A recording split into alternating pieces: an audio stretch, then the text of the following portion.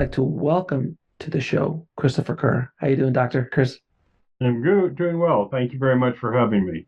Thank you so much for coming on the show. We're gonna talk today about something that's pretty, I think something that we're all gonna have to go through at one point or another. Yeah, unavoidable. Exactly. And I've had a lot of people on the show who've had near-death experiences. I've had doctors who had shared-death experiences. But your research is really interesting and really want to kind of touch upon that in the show. But my first question is, how did you become, or why did you want to become a hospice doctor? I didn't. I wish I could tell you there was some great inspiration or aspiration, but it was this simple. I was here to do a fellowship in cardiology after I'd done residency, Hmm. and I was needing to moonlight, and I saw an ad in the paper asking for a doctor to work weekends, and I needed money, and I I started working here part time, and I was into this work very short period of time, and I realized this was the most meaningful stuff I'd ever done. Yeah. And I went back to my cardiology department and said, I want to leave cardiology and pursue this. And they actually asked me if I needed to see a psychiatrist, because cardiology then it is a pretty lucrative end of medicine, and hospice at that time was largely populated by volunteer doctors at the end of their career. So Interesting. Interesting. yeah, It's yeah, funny. It's funny how the universe works. yeah, and it though I've never looked back. That's Periodically, my daughter will find one of those solicitation postcards that says, "Come make $1 million and work 3 days a week," and she'll pull it out of the garbage and say, "It's not too late." So, can you discuss a little bit about the research you've been doing over the years, being a hospice doctor? Sure, I came here to this work pretty unprepared from my training, and I wasn't here very long, and I was learning from my non-physician colleagues, nurses, social work, pastoral care folks, that patients at the end of life, there was a very subjective side to it. There's the experiential side. So there's kind of what we see, which is physical lessening and so often suffering, and what we feel, which is sadness. But the patient is having their own experiences. Dying is a singularly unique vantage point that inherently changes your perspectives, and your perceptions.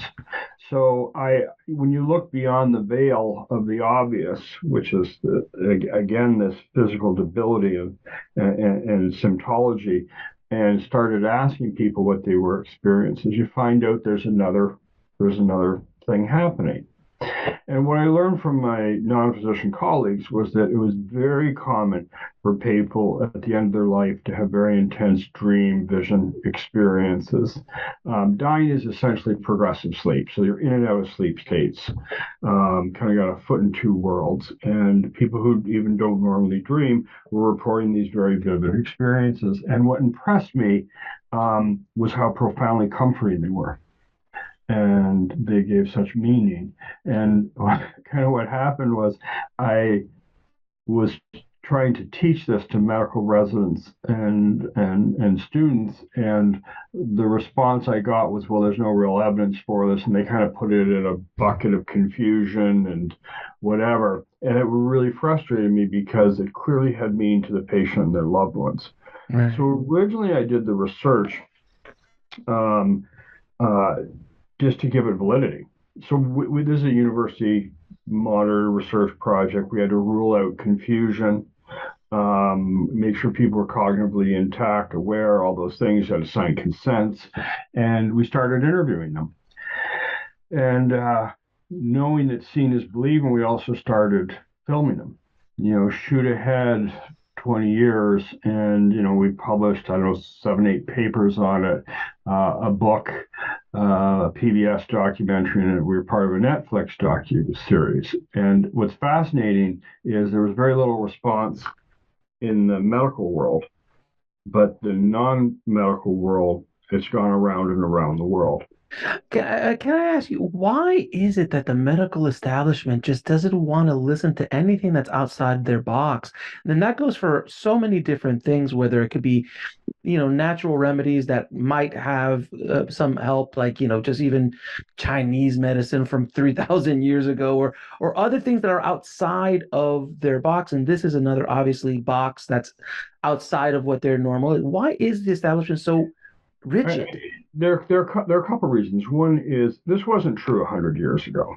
Yeah. Uh, but the more medicine's been able to do, the scientific revolution, essentially, from antibiotics to imaging to interventions, has self-amused the physician to really become death-defying and death-denying. They So there's feel they feel they can do anything. yeah, it's almost a slight God complex in a sense. no. What I think what's happened is so the oath in medicine is to cure where possible, but to comfort always. Hmm. And I think we've clung to the one and not the other. And it's how we educate and how we train. And then you add to it that we become spot welders. So you get sick and you can see a buffet of six doctors. So everyone's there. It's very organ system based. Even our economics of healthcare are organ system based. So we do things to parts and lose sight of the whole. So it's not uncommon for us to have patients who, by every measure constitutionally, are dying. I'll give you an example. A person with cancer hasn't eaten in 3 weeks. They're dying. They do the imaging, and the imaging might show disease progression, but it's really the burden of the disease over the time and frailty that come into play.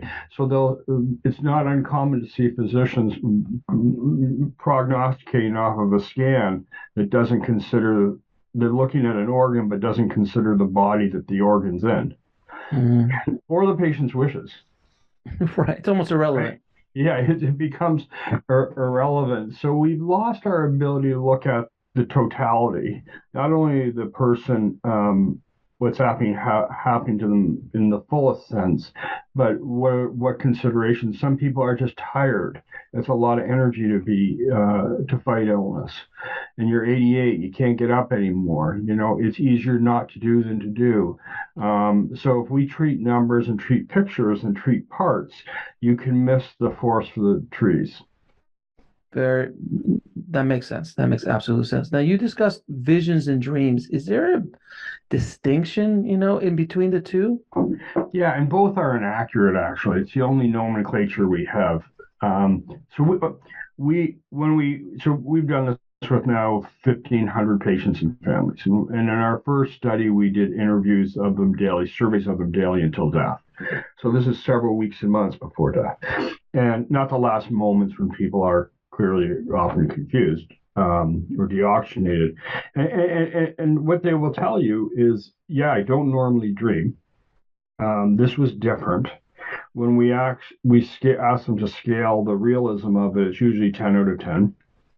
They're virtual like they've been lived.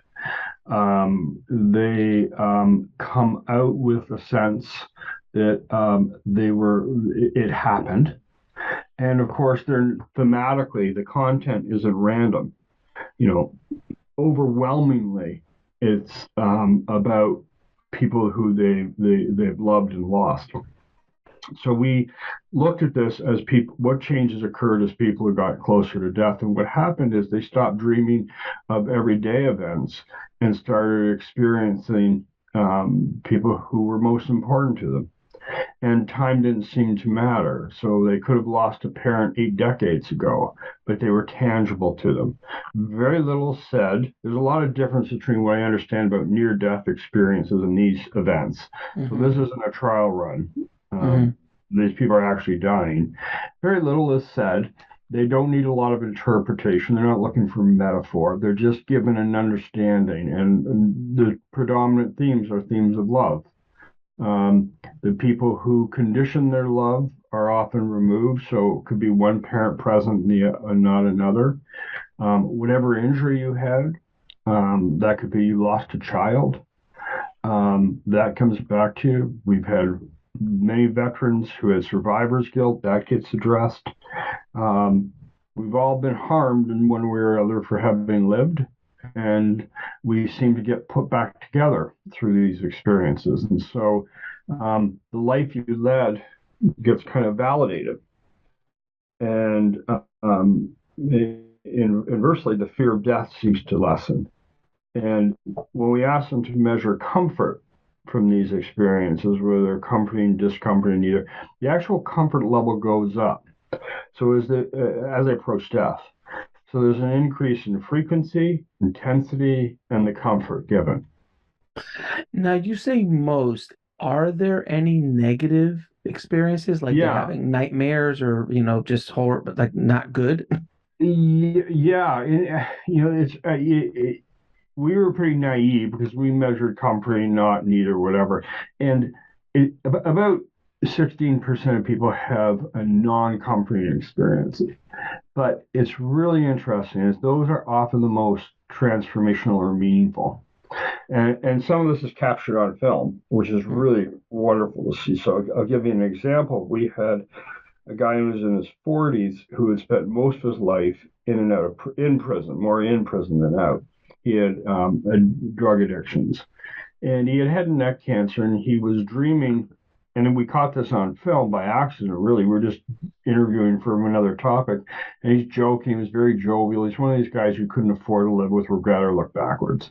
And then he starts crying because he's having these horrible dreams. He's being stabbed by all the people he's hurt out of sight of his cancer, and he breaks down.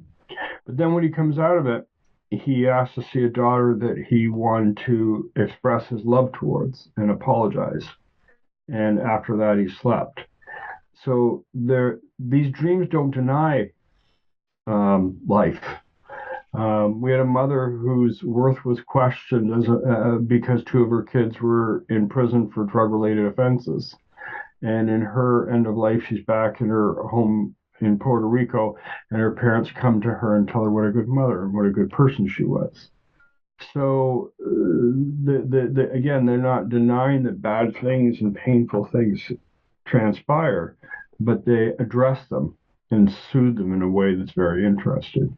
So it's not like if you have a negative experience, quote unquote negative experience, it's not there to punish you. It's there to guide you into a positive scenario, like that example you gave with the 40-year-old who had that horrible dream, but then that prompted him to Do something. make amends in a positive thing. And once he was able to release that, he And he then slept, then he and he died slept. peacefully. Yeah. Yeah, so there wasn't, you haven't had any, in your research, you haven't found any like punishing, like I'm just getting beaten with these bad No, dreams for no reason. no. We have.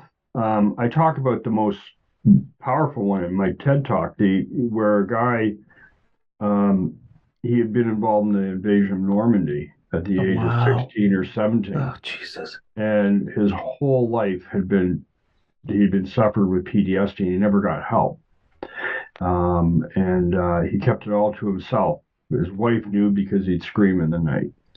And so he came into our unit at the end of his life because he was having such horrific experiences where he's seen body parts and bloody water and screams, and he couldn't rest. You can't die really unless you can sleep. It's pretty hard to do because you pass in sleep. So he couldn't sleep. And then one day I go in to see him, and he slept.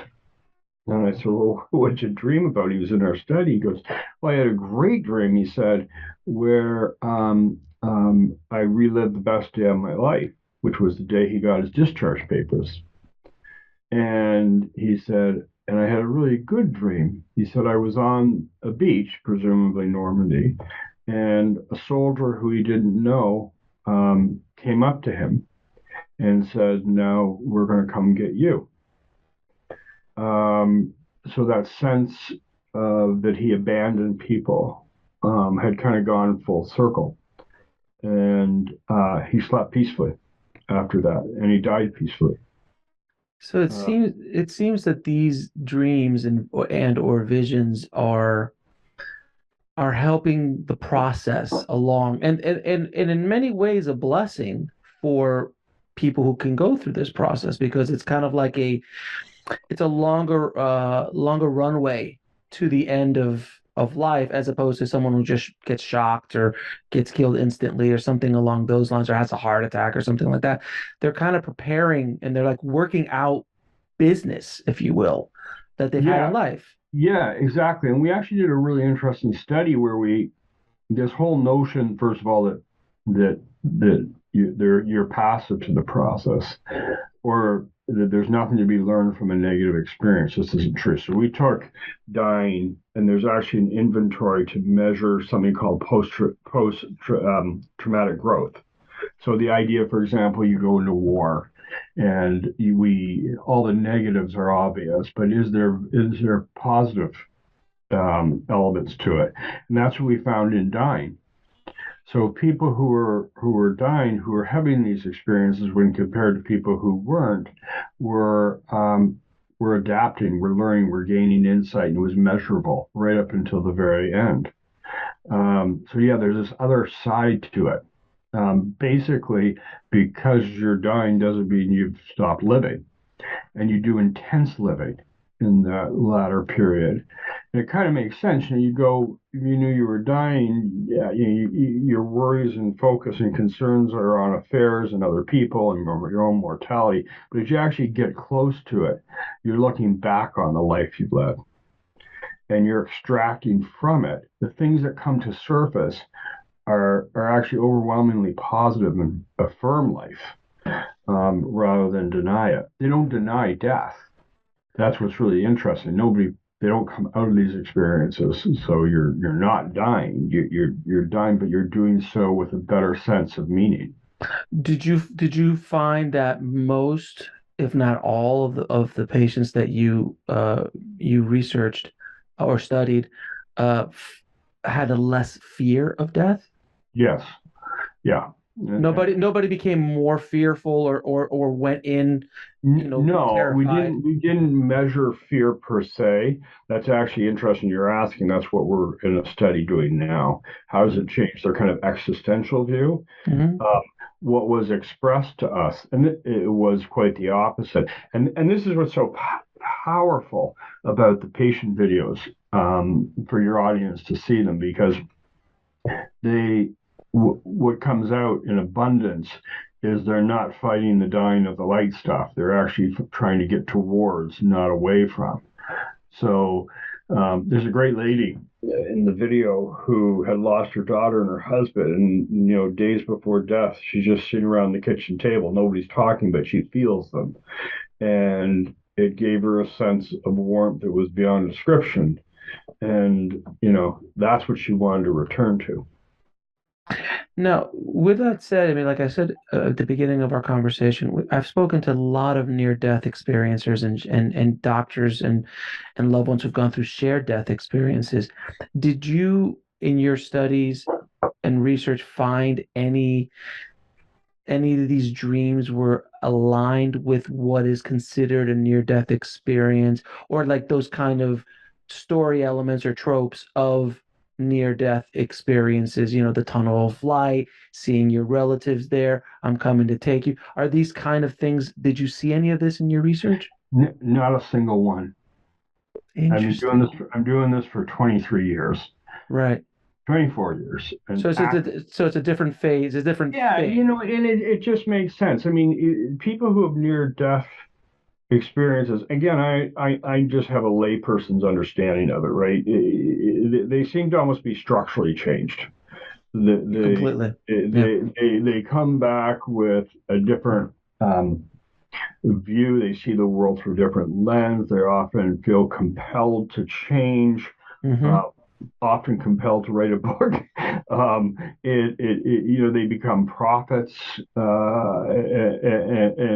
I mean they're really powerfully moved by whatever it is they had. I never had that. No, never saw it. It's And, just and a different, yeah, it's just a different when time. you think about it, the time for therapy is over. The time for adaptive change is over. Um, They don't. I've never seen the patient come up, wake from these experiences, say, "Hey, what do you think this means?" They just are left with a sense of knowing, a sense of love, of being put back together, of reacquainted with their loved one, what have you. Um, they don't come back with regret. I got to change this. What is my therapist going to think? None of that. Uh, Never seen it. right, because it's just a different thing. Because a near-death experience is something that happens suddenly, and according to near-deathers, they go somewhere and then they come back. Whereas what you're going end of life, it's the road is set. There's no dry run. There's no rehearsal. The No, trajectory is completely different. They've gone through a period of accepting their mortality, the finality of their life. Where you hear from a lot of near death, it was sudden, and right, right. they didn't have time to process. So it makes sense to me at some level Hmm. that they're different. I just always bothersome when they're coupled because they're different. And as for shared experiences, I certainly know people who document these things. As somebody who actually takes care of dying people, I don't see it. Uh, Have you been in the room with many of your patients that passed? Literally thousands. Really? I mean, it's all I do, right? Right. Since 1999. No, I'm a layman as well, so I don't know what the Yeah, process is. no, Like, are you in the room or are you the family in the room? yeah, very. We have an inpatient unit here, so we take care of about 1,200 people a day, but we've got an inpatient where there's 22 beds literally across the hall from me, and I worked there for decades, so I'm rounding on patients every day. And of course, the patients are always changing, so it's a lot of patients over a lot of years. Let me ask you, how do you handle this psychologically? Seeing death day in, day out over 2 decades. I mean, I've been around, when my grandparents passed and relatives have passed, and it hits. I mean, obviously, I'm obviously a more emotional connection to them because they're my relatives. But how do you handle it psychologically to see? I'm assuming you connect, and you're even more connected than most hospice doctors because you're asking questions, you're documenting, you're really getting deep in connections with these people. How do you handle the loss day in and day out? You know, it's not what you'd think. Hmm. Um, if I was hearing this on the outside, you think we must be the most depressed people in the world, or the best depressing. Hmm. It's actually the opposite. It's You'd find the place oddly uplifted, full of humor, um, and there's undeniable sadness, particularly in unfinished lives. A young parent leaving children, and we care for 135 kids a day. But we're also enormously privileged to witness, participate in the care of patients along with their loved ones. And what we see on the caregiving side is the best of our nature. We see people finding courage to care for their loved one in ways they couldn't imagine, express kindness. Um, it's heroic what we see people. We think of caregiving in terms of burden, but we actually see is remarkable. People's lives who are stopped and overwhelmed by responsibility. It's not easy, and what we hear and see, it's the best, hardest thing they've ever done. It can be both those things. So we see grace. We see remarkable love in the face of loss. So you come out of these experiences, the sadness is undeniable, but it's also inspiring. And to be a part of it in any way is a privilege. So, and we are fortunate in hospice because we're not a volume based fee for service business. Like, Hmm. so much of healthcare is demoralizing because you take people with good impulse and instinct to go into medicine, and then you put them on assembly line where you get 15 minutes with a patient kind of thing. 15, that's a lot. Yeah, right. The expectation for us is we sit and we get to know the patients as people. And the mandate in hospice, the unit of care in hospice, is the patient and their loved ones. That's why the framers of the benefit give 13 months of bereavement for, we may have the patient for a week, but we get to care for their family for 13 months. So we Really? go, we're doing most of our work in their home. So you're seeing them in the context of their lives, how they live. You see pictures of them when they were 50 years ago, when they were young and vibrant. So you get to know them differently. You know their pets. So it's just, if you were to do this in a typical medical environment, it would rip you apart. Um, but when you actually get to know them as humans, it becomes more human to you. And it's special in very unique ways. It's a privilege to do this in medicine. Now, you mentioned children. Is the experience, first of all, did you have any children in your research? And if you did, how do the experiences differ from adult to children if they do? Oh, enormously. Yeah. So we have one of the largest pediatric programs in the country.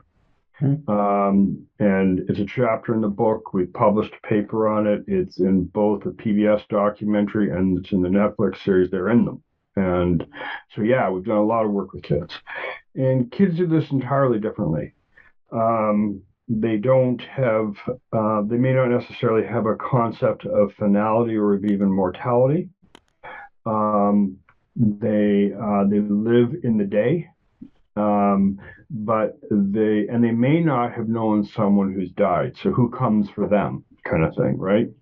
Right. Um, and what often happens is they may not in these the cases we wrote about is they didn't know a person, but they knew animals, and pets, and it may not be their pet, but it might be a neighbor's or grandparents. And children make little distinction between animal qualities they ascribe to humans and animals. So it all kind of blurs, right? And but they come back to them with the same message that they're loved and not alone. And that's verbatim the language they used in in two of the features on the film. And the other young lady, because children are creative and imaginative and can access that part of them, she created a castle for herself. So there was a castle around her, there was a swimming pool, the animals were returned, there was a piano, there was a window with warm light coming through, so she gave it sensory feel. And when asked, what does the castle represent, she said a safe place. So it was Mm. like they used their creative and imaginable world to give them some sort of solace. Another child, was a child of a single mom. And so who was she? How does she exist without her parent? And then she dreams of seeing her mom's deceased friend in her mother's room, adjusting the curtains. Again, she's not alone and she's reassured. So these experiences for children become very self-informing. They seem to understand intuitively that something's happening to them, but they're secured and they're loved. It seems that the theme, one of the themes that I keep hearing from from what you're saying is that uh, you're loved and that you're going to a safe place, and that seems to be a recurring theme in many of the people that you've Yeah, very, very studied. much so. Yeah, yeah, So let me so I have to ask you now, as a physician, you look at life. I mean, as physicians are trained to look at life very scientifically, but yet I've spoken to other hospice workers, and there is a spiritual aspect to this, and it's just such a. I mean, I'm interested to hear your perspective on the spirituality of what's going on, how what do you think is going on, in this esoteric kind of place where you can't really put it in a box like the medical establishment wants. What is your feeling? Because it just seems, I mean, hearing this story, I mean, I have a spiritual show and a personal growth show, so I understand a lot of the concepts you're talking about. For many people, like your colleagues maybe in the medical establishment, have a lot of trouble dealing with this. Over the years, how have you processed this, and what are your thoughts on the spirituality of this? Because it just seems, is it something? I can't believe it would be something that's like it's in our mind, that everyone is programmed with this exit strategy of having dreams and visions that make us feel better as we're dying. There has to be something bigger than that, in my opinion. What's yours? Yeah, yeah. I mean, first of all, it's unique to our human experience, not our culture. So some of the interesting work I've been talking a lot with a three-time Emmy award-winning producer who was working with the indigenous people of the outback in the Yeah, Amazon. right. And she called me and she goes, somebody gave me your book, and everything you're talking about, they have language for. So it's unique to our human experience. Listen, I'm kind of a good messenger on this because I have a general aversion to these sorts of things, right? Like I don't gravitate to it at all. A couple things are really, really important. We didn't come at this at all from any other angle than to translate what the patients were saying to us. So dying is a keyhole, right? You can look through it and project on paranormal, afterlife, religious, Sure. whatever. We didn't interpret. We just kind of deliberately translated it. I have a PhD in neurobiology, so I understand neurobiology well, and where I'm at is I don't care whether there's a center in the brain That or releases these visions and dreams. yeah, whatever, How can that uh, even make sense? Like, how does it? well, it's like say show me love, Right, exactly. you Where show know, me in the brain where love is. yeah, Where's the and I think that whole need to make this concrete, organic, and quantifiable, measurable is insane, and right. really misses the point, which is that there are things that we should just have reverence for. And And you admit we you don't understand. you understanding etiology source, what the next is absolutely irrelevant and really obscures the meaning. It is what it is. And where I'm at in question is what has this done to me is it's left me with a clear understanding that there's a better story. That dying is really a closing of a life, not about broken pieces of you. And we are more than the sum total of our exit. And the story is a better one. And what it leaves me wondering is, the things you think are gone, are they gone? Because they're tangible to us. When you see somebody who's in their ninth decade of life and they lost a parent when they were a child, and that parent comes to them and they can hear the voice or smell the perfume, that's proximate to who they are still. Their essence is there for them, and it makes you feel oddly hopeful. Certainly, you should be respectful that you don't know all that's going on, and and again, I just think it goes back to reverence. I think you're coming at it from a humble place where you just go, look, I just don't understand everything in the world and how the world works. And I'm just gonna some things are what they are, and you should have just reverence. Like, you and I both don't understand the inner workings. Maybe you have a better understanding of that, the inner workings of the sun and the life and the energy that it gives our planet. But we have reverence for what it does for us every single day. Without it, we would all perish. Yeah, and I'm not sure we're meant to. I think there's value in not knowing, because what you see patients go through is this journey of discovery. Interesting. They're at the end of their life and they're rediscovering um, who they were and who they loved. And I think if that came with an owner's manual, it would kind of miss the point. Um, I don't, I, yeah, and I just think it's more hopeful. And, you touched on a really important idea. You asked, are they experiencing evil, and Right. living in that sphere? And honestly, they're not. And it gives you this odd faith that something else that's better prevails, even to people who may have been themselves evil. Like know, there's this, and there seems to be this final justice Mm. um, that you don't get harmed somehow. And I don't think these are inconsistent with the tenets of faith, of love and forgiveness, not the symbolisms of faith, but the tenets of belief. So, yeah. Well, and I want to ask you another question because this is a slightly controversial question in regards to not near death, end of life, which is the prolonging of life through technology, through the through plug, pulling the plug in question. In your studies, did you ever study somebody who had maybe made the choice prior to prolong their life artificially, and did that change anything in regards to your studies?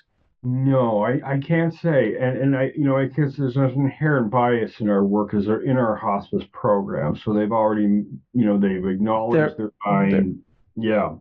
Um, I've certainly seen people who were fearful of death, horribly fearful of death, throughout life and traumatized by the idea. Um, and they get to a better place. But I haven't seen that. Now, how did you get these people to sign on to this process? Oh, that's the coolest part of the story. It's unbelievable. It's a story within the story. So Okay. originally went to the university and they said, no, you can't do this to people because we sterilize dying, right? We Mhm. put them on a shelf and we make sure it's quiet. And it's sometimes the worst thing you can do. Some of the best deaths I've seen are when they're having a birthday party because um, they don't want to be disconnected from what made them them, right? So some people are more comfortable with, if they're a kitchen family and everybody's around, people like to be reminded that they're more than sick, and so there's that. And we finally got them to approve. What's fascinating is there was nobody who we approached, and I talk about this in my book, who didn't say yes. And what was shocking Really? was um, the number of them, the vast majority who agreed to be filmed. Because if you think of how you appear as, and there are a couple of takeaways. One is that the people want, even though there's no secondary gain, so they're not going to be around to get the attention. There's no dividend for participation. What it tells you is they want to connect. They have something to say. They want to matter. They want to be heard, and they don't stop living because they're actively dying. Their voices are there, and um, it's this idea of putting a bubble around them and sterilizing them and removing them from what it means to be human is completely absurd. Um, so I just was there's only this is interesting in the book. There was only one person who didn't use whose name isn't the real name.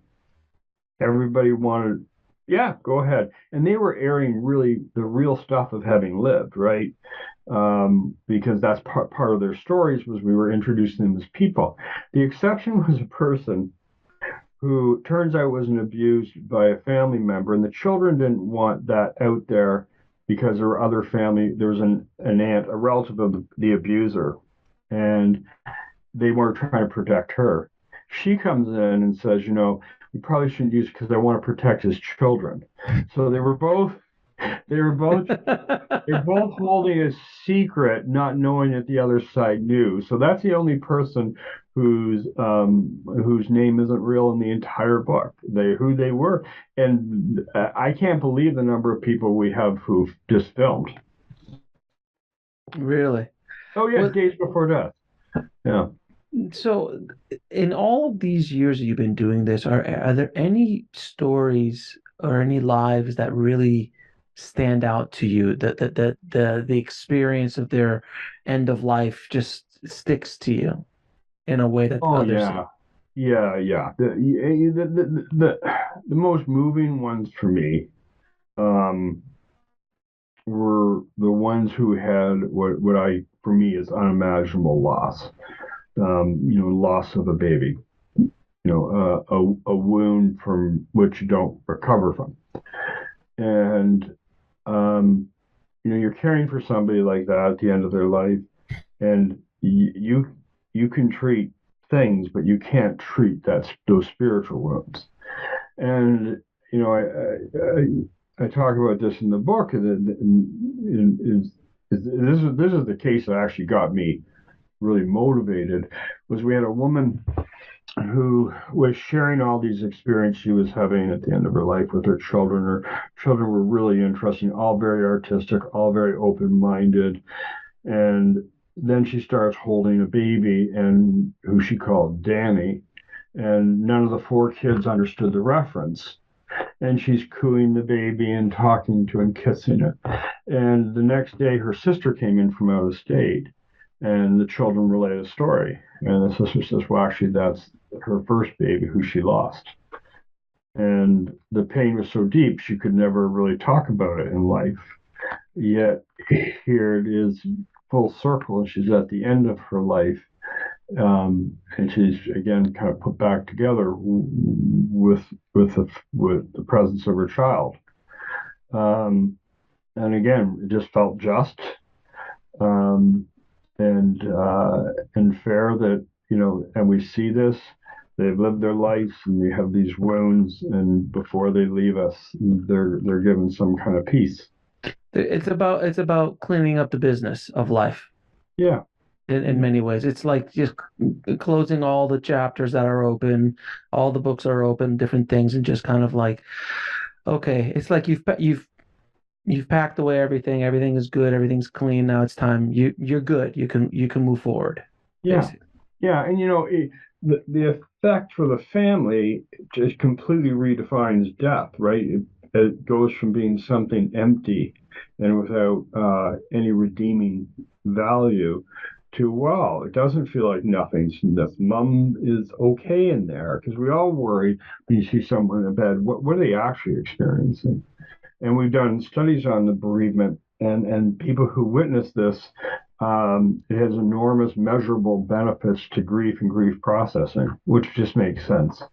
So with all the research you've done over the years, how does the end of life experience, especially the ones that you've documented, how do the families benefit from seeing this, or do they benefit? How do they react? How does it move forward? Because you're like you said, you go on with them for the next 13 months trying to help them along with the process. How is those experiences watching the video, the filming of it. I'm not sure. I'm assuming they don't, if they see it or they don't see it. But how does that whole experience that they've gone through, that you've studied, help the family, if at Yeah, I all? mean, it was surveyed and interviewed combined 750 bereaved family members, and the best way to say it is what's good for the patient is good for the family. And Really? so it redefines loss from something empty and final to something that again is more life affirming.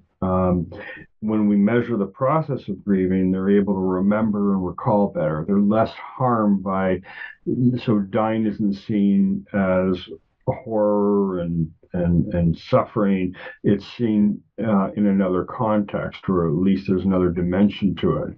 Um, and that's often the thing they recall. They'll go back to that in their remembrance frequently. So yeah, and again, that's quantifiable. There's a term called terminal lucidity. Can you explain what that is? Yeah, terminal lucidity. Lucidity, thank you. Sorry. Yeah, it's fascinating. It's very real, and it's being studied by the NIH, et cetera, now. And basically, it's people. Best example is somebody who's demented, who may not have remembered their family members' names for years, and um, and they're on a dying trajectory, and they're very quiet and sleepy and maybe confused, and then they go through this period where they're more wakeful, engaged, alert, and they're able to access memories that they didn't otherwise have access to. So they'll often use that daughter's name, and it's fascinating. We see this with music, for example. So you can take somebody who's nonverbal, who was in the army, and you play that old dun dun dun dun dun dun, dun, and then all of a sudden they can speak. So we retrieve what you remember. I'll give you an example. A song will come on from when you grew up, maybe in the 80s or whatever, the Hmm. 70s, and it'll kindle Oh yeah. all of these. Oh yeah, yeah, I remember being, in the field and partying that night, whatever. Same idea. Mm. So something happens that triggers recall in a way that they haven't had. And, one theory I have is that these inner experiences they're having, if they're going backwards and they're remembering things in a different time, it resets the tone of the context and it sparks memory, because there's something to it. Terminal lucidity is fascinating. So there's moments where, if they've been, let's say, had dementia, and at the end of their life, there's a moment when they're like able to recognize Yes. people in the room, Yep. have conversations about things where maybe it'd been years since something like that happened. Yep.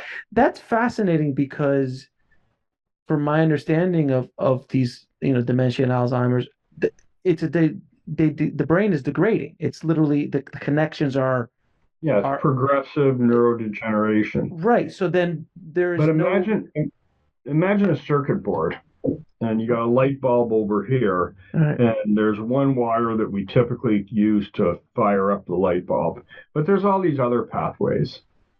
And again, there's a music pathway. So you play the right old tune, and that triggers the memory of the light bulb. It might be you're having a dream, and that triggers a memory or a light bulb to fire. So something happens in the dying process that resparks previously inaccessible memory. So it's not that the memory vanished so much, is that our access to it changes. Right. In other words, the filing cabinet's still there, but we just forgot where it is. Yeah, yeah, yeah, yeah. Or we find it in a different drawer. Exactly. The information, it doesn't go away. It's the Yeah, pathways to the doors, the rooms, whatever analogy you want to use to yeah. get to that information. Now, Chris, I have to ask you, after all of these years, do you fear death anymore? Oh, yeah. Just as much as the next guy. Um, But oh, you have yeah. a different perspective on it, though. I mean, Oh, I fear death. It's not less personally, mm, more because when I think of death, I think of the people who depend on me yeah, and not being here. So I guess there's two ways to answer the question. Personally, less fearful. that's what I Um, meant. Yeah. um, in actuality, very fearful because I can't be separated from my responsibilities. And so, yeah. That makes that I as a father, I understand what you're talking about now. Yeah. Do I Yeah, fear the process of dying as much? No, right. no. But you fear of like, oh God, if I'm gone, what's going to happen to my family? How are they going to continue? All these responsibilities that you have because it's not your time yet, sir. You've got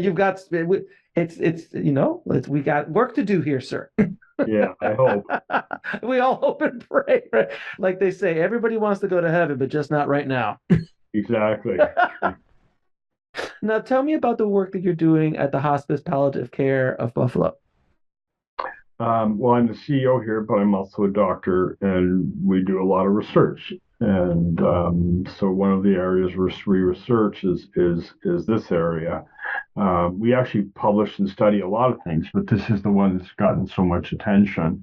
And the area we're looking at now is the question you asked about: is what do these experiences do in changing people's existential uh, position or views? What how does it change how they view about dying, hopeful, fearful, what have you? What has there been in your research? Has religion played a part in any of this? I mean, this doesn't sound Very, like it doesn't sound like it. very rarely. And we wrestled with this. Other people have found this. So people who did kind of survey work on this in India and in the United States, I believe it was in the 60s and 70s, found the same thing. And there's a wonderful person named Terry Egan who wrote a piece that ended up on CNN, The Wire. She's a hospice chaplain, and she's the title was "What Do People Talk About When They're Dying?" Mm. And they talk about life. They don't talk about the symbolic or the structural pieces of life. But her argument is this is entirely consistent with faith. So they talk about love. They talk about forgiveness. Those are the things that actually matter from our beliefs. So they're not incongruent. Interesting. Very And interesting. report, we said or argue some lines where it said, our first and last classroom is our family, and that's where we learn love. So that's where we return to. Without question. Now, where can people find out more about you, the work that you're doing, and where they can get your book? Sure, my book's online, is published by Penguin. It's called Death Is But a Dream. It's in 10 languages now. Wow. There's a website called drchristopherkerr.com, Dr. Christopher with a C, Kerr. And I encourage people to go there because you can access patient videos, or they're on YouTube if you look under Hospice Buffalo. Um, And I'll ask you three questions I ask all of my guests. What is your definition of living a good life? for me, it's to find some earthly use, um, to find purpose. I think that's how you become actualized. What is your mission in this life? So to find a purpose for which I'm suited, um, I I believe strongly that if you're going to work, I'm all for working hard, but it better be something you can get behind passionately. And what is the ultimate purpose of life? To love. Chris, it has been a pleasure talking to you. Thank you so much for coming on the show and sharing your research and your studies over the years. And thank you for doing the work that you're doing. I mean, you are, as they say, doing God's work in many, many ways. You're helping people along the path. I know you just that, a lot of people, oh, he's documenting. I'm like, yeah, but just I love the idea that you said like that people want to be heard, they want to be seen, they want to matter, and you're giving them that gift at the end of life through your research. So I appreciate you, my friend. Thank you very much. I appreciate having me on.